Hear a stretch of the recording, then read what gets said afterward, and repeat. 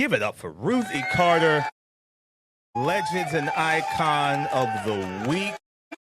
I mean, and for winning twice for the same movie film, franchise same director. with the same director is amazing. And you got the costume design in Black Panther. Yeah, Was it was probably the best in the insanity. entire Marvel in Marvel absolutely. universe.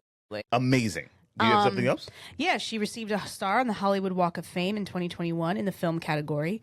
And yeah, she had, during her second win for Wakanda Forever, she dedicated her win to her mom, who had died during the prior week at the age of 101. God bless Mama. Yeah. Look at that. So, and in 2023, them is some good genes. Yeah, I know. In 2023, the North Carolina Museum of Art hosted an exhibit displaying more than 60 of Carter's original garments.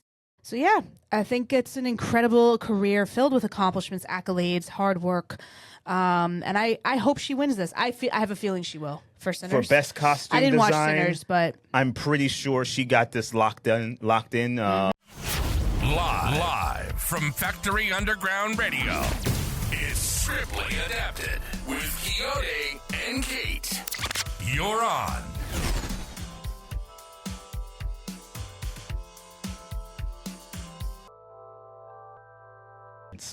Welcome to the show, y'all. It's Valentine's Day weekend. Give it up for us for being here, guys. Here at Scriptly Adapted, we try to bring you a good show every week. And every week, and this week we got a good one because, we're still celebrating Black History Month. yeah. We got some great people to talk about, some great films, all that good stuff. Yeah, Kate, what's going on with you? How you doing today? Not that I wouldn't know. I live with you. I know, this is true. For the sake of the show, For the sake of the show. I'm good. I got up early, worked out, got the morning started. We're here. Yeah, I mean, it's not as cold today No, as not as last cold. weekend was. Not I'll as take cold. it. It was, 30, 35 Yes. degrees today? Yes, we had our special guest, Keto, Michelle Howard. They came up here. Yeah. Some cousins from out of state wanted to be on the show, wanted to see what the studio was all about. We brought them up here, and they uttered maybe 10 words between the two of them. That is so true. Kate may have to step away. Don't be afraid.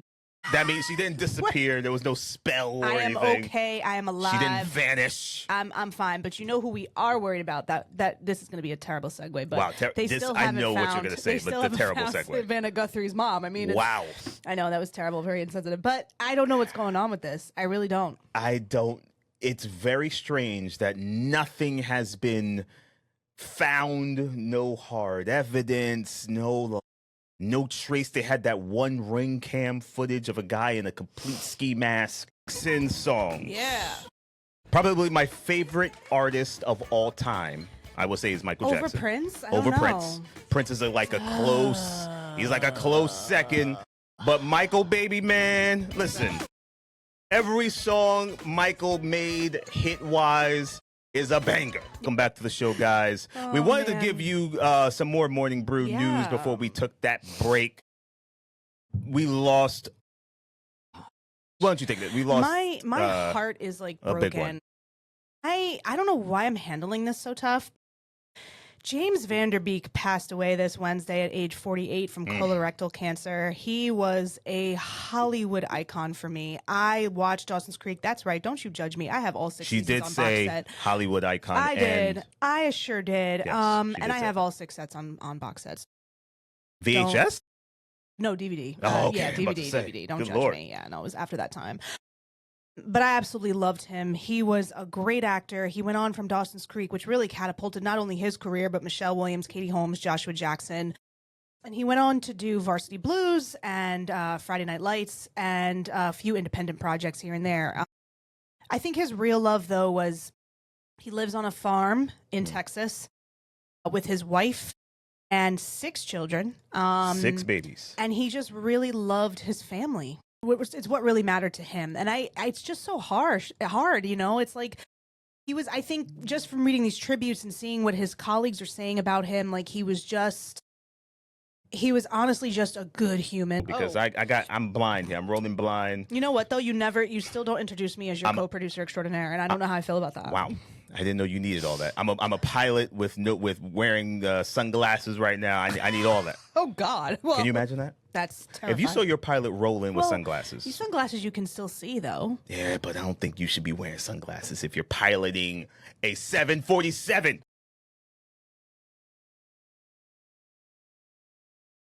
Valentine's Day is a sham. It is. I agree with you on that. We've been hoodwinked, bamboozled Yikes. into thinking that this one day a year is the year that we should be showing all types of unnecessary love. Hold on. When we do that on a daily basis. Well, you should be, yes. Yes. You do. But however, I agree with you on that. Valentine's Day is extremely overrated. It is really hot in here. I know. I hear you struggling over there. Last week you're cold. This week you're hot. Yeah. It's just, we can't find a happy medium. But anyway, Valentine's Day is a sham. I would agree. There's no need to go out for an overpriced dinner. That's ludicrous. Insane. However, I do appreciate a bouquet of flowers and a box of chocolates. And give it up for me because I did the flowers. Thank you very much. You did do the flowers. Give it up for me. Chocolates coming later. The chocolates. Yikes. For Valentine's Day? I want something. That's weird. I'm not getting you a gift for Valentine's Day. I need, and I don't ask for much. I'm not a big jewelry guy, but I do love me some David Yurman pieces. Wait, hold on. So you're not a big jewelry guy, but then you go to the most expensive piece If I'm of jewelry? going to wear anything jewelry-wise, I'm going David Yurman. We got year number 10. Well, me turning 40 actually doesn't benefit you, but it's year number 10, okay? So who knows? But we have 9 months until that happens. So there's that. But no, not for Valentine. Who's giving someone a piece of David Yurman jewelry for Valentine's Day? Listen, fellas, That's am so I whack. wrong? Do we need something? I would take it, listen, though. I'm good with like a hat, a shirt. A hat? Something simple. No. Some gym shorts. Valentine's Day ain't for you, okay? Some gym shorts. Valentine's Day. Shut up. I'm not getting you gym shorts for Valentine's Day. You Why sound not? ridiculous. On it, Cool and the gang. Welcome back on this special edition of Scriptly Adapted because it is Valentine's Day, I guess. Welcome to the Please. welcome back to the show, y'all. We got we have our Rotten Tomatoes films and TV shows of the week. Listen, it's back, Kate. It's back. And it's back with a vengeance.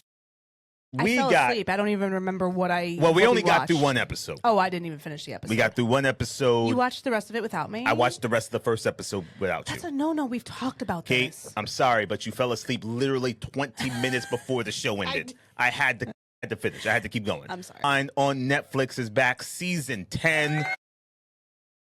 I'm curious to think, there was one couple that got married already in the first episode. No way. One couple got married. No, don't tell me that. Couple got married already. Wait. And I'm curious to know if you think First they're of all, going to make wait. it. Because pardon me? Wait, hold on, stop. I don't know. Wait, stop. What?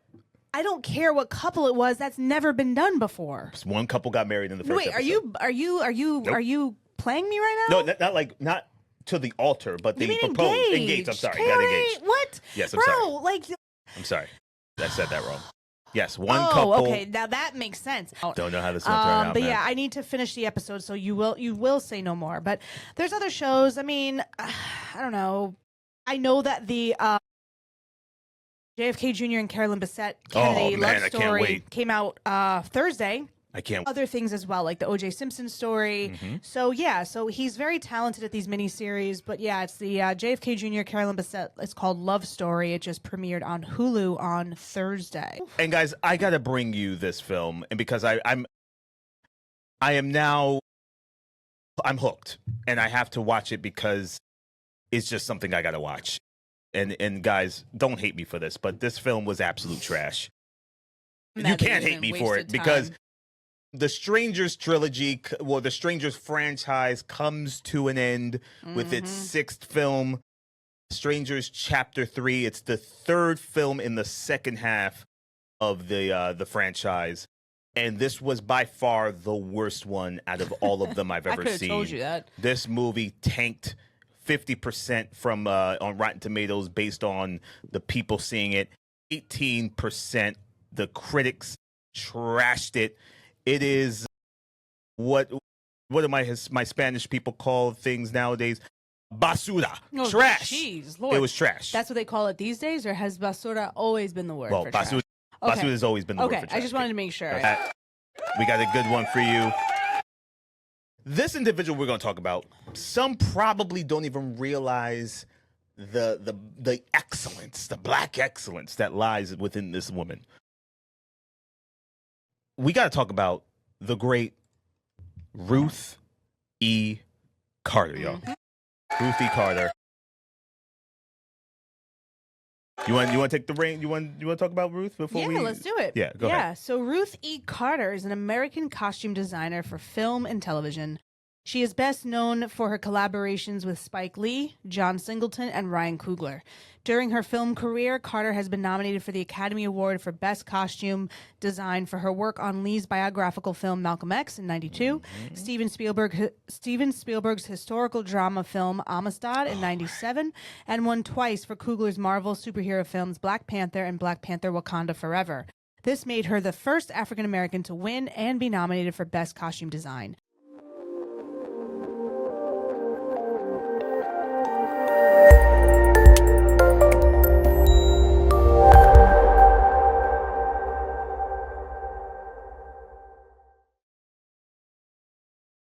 For a fifth time for her work in Coogler's Sinners, breaking the record for most nominated black woman in Oscar history.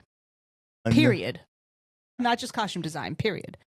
Unbelievable. Yeah, her other film credits include Do the Right Thing, What's Love Got to Do with It, Love and Basketball, Serenity, The Butler, Selma, Marshall, Dolomite Is My Name, Coming to America. Oh. She also received a nomination.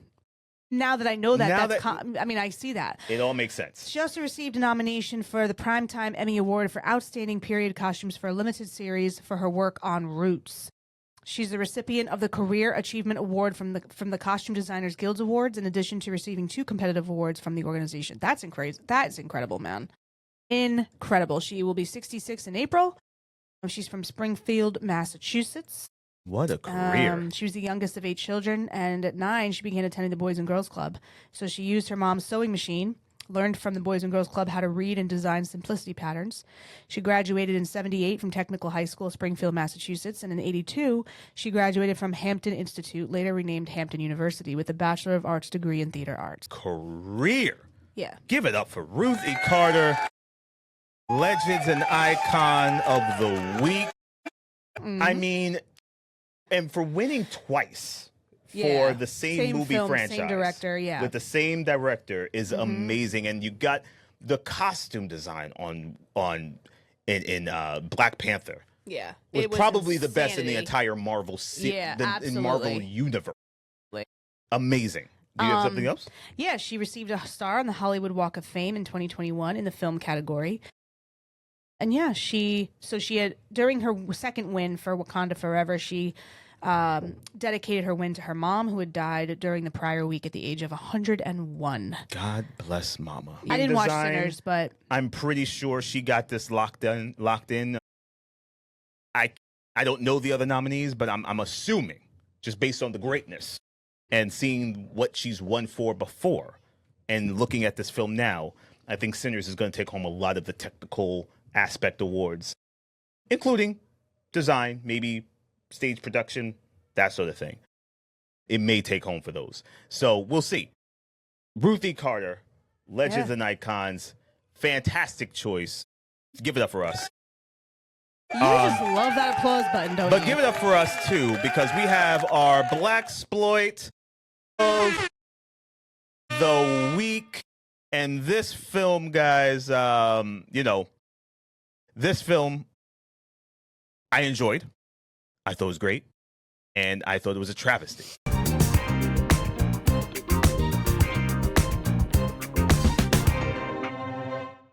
From what I remember, Selma. Ava DuVernay, great film. 86% by the fans on Rotten Tomatoes. 99% by the critics. These scholars that watch these movies and claim to know everything gave it 99%. Let me see, Kate. I think the film. It won it was nominated for Best Picture, won Right. Best Original Song. Best original song. Okay. It also received 4 Golden Globe Award nominations, including Best Motion Picture, Drama, Best Director, and Best Actor, and 1 for Best Original Song. Not good enough for me. No, not at all. The movie was very, very You good. can't. Selma, although the Civil Rights Act of 1964 legally desegregated the South, discrimination was still rampant in most or certain areas, making it very difficult for blacks to register to vote. In 1965, an Alabama city became the battleground in the fight for the suffrage. Despite violent opposition, Dr. Martin Luther King Jr. and his followers pressed forward on an epic march from Selma to Montgomery. And their efforts culminated with President Lyndon Johnson signing the Voting Rights Act of 1965. Also, too, like I think we said, like it deserved, I think, more awards than it got. Yeah. And it was a shame because it Such was just a missed very good opportunity movie. Yeah, definitely. to And Ava highlight that DuVernay, movie. I don't think she's won Best No. Director yet. June 18th. Has there been a black director to win Best Director? I don't think so. No. Antoine Fuqua didn't. I mean, who knows? Ryan Coogler maybe the first. Ryan Coogler could be the first. In 2013, it was said that Ava DuVernay had signed on to direct the film for Pathé UK and Plan B, and that she was revising the script with the original screenwriter Paul Webb.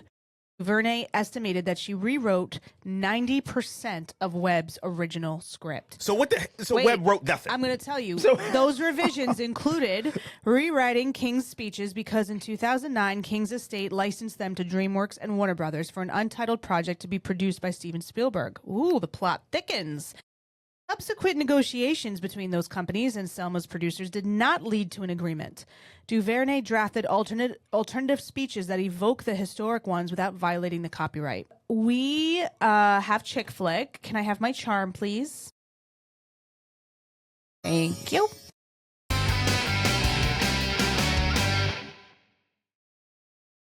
Today we have Brown Sugar, which is a 2002 American romantic comedy film directed by Rick Famuyiwa.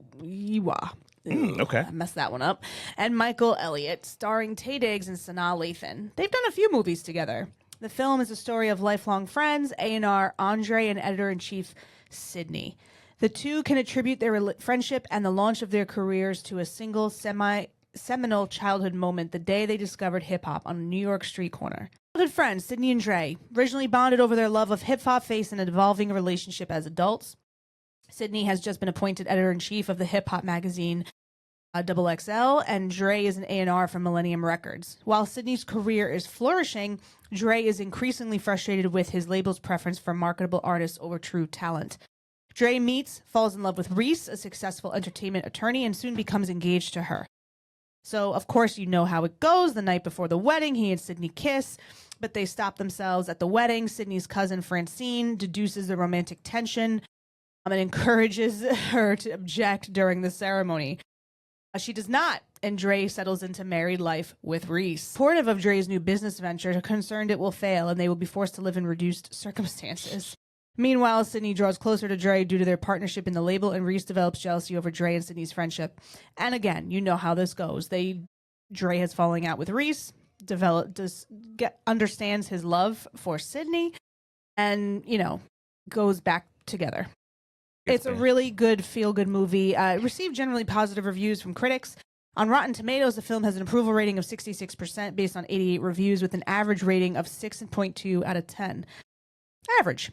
The site's critical consensus reads, though predictable and possibly too sweet, Brown Sugar is charming, well-acted, and smarter than typical rom-com fare.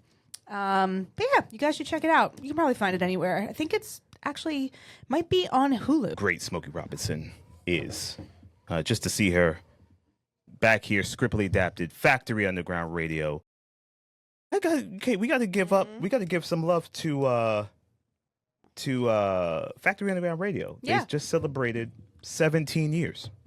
17 years, y'all, of doing amazing work, being great people. Love this place. Learned a lot. Do this show here every week where we can, bring you all this stuff, and got to give it up for their birthday. I would say so, mostly because you didn't expect this band to come up with this music. I didn't know. You didn't know?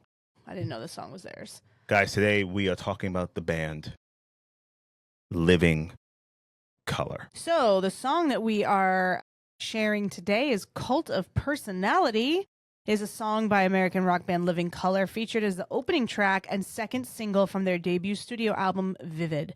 The song was released in 1988 and reached number 13 on the U.S. Billboard Hot 100 and number 9 on the Billboard Album Rock Tracks chart. It won the Grammy Award for Best Hard Rock Performance at the 32nd Annual Grammy Awards. Its music video won the MTV Video Music Award for Best Group Video and MTV Video Music Award for Best New Artist. Hashtag RIP MTV. The band's guitarist and founder, Vernon Reid, described the song as very special for the band, not just because its commercial success, but because it was essentially written in just one rehearsal session. The riff was stumbled upon while practicing something else, and by the end of the session, they had written what was to become their best-known song. I know. I hear you, kid. The title comes from a psychological phenomenon called cult of personality, and the lyrics contain many political references. Also, it is the theme song for WWE wrestler CM Punk. Give it up. Give it up for Living Color. Living Color, our artist highlight. You okay over there? As I take my last sip of this thing you made. It's called a smoothie. Oh, yes.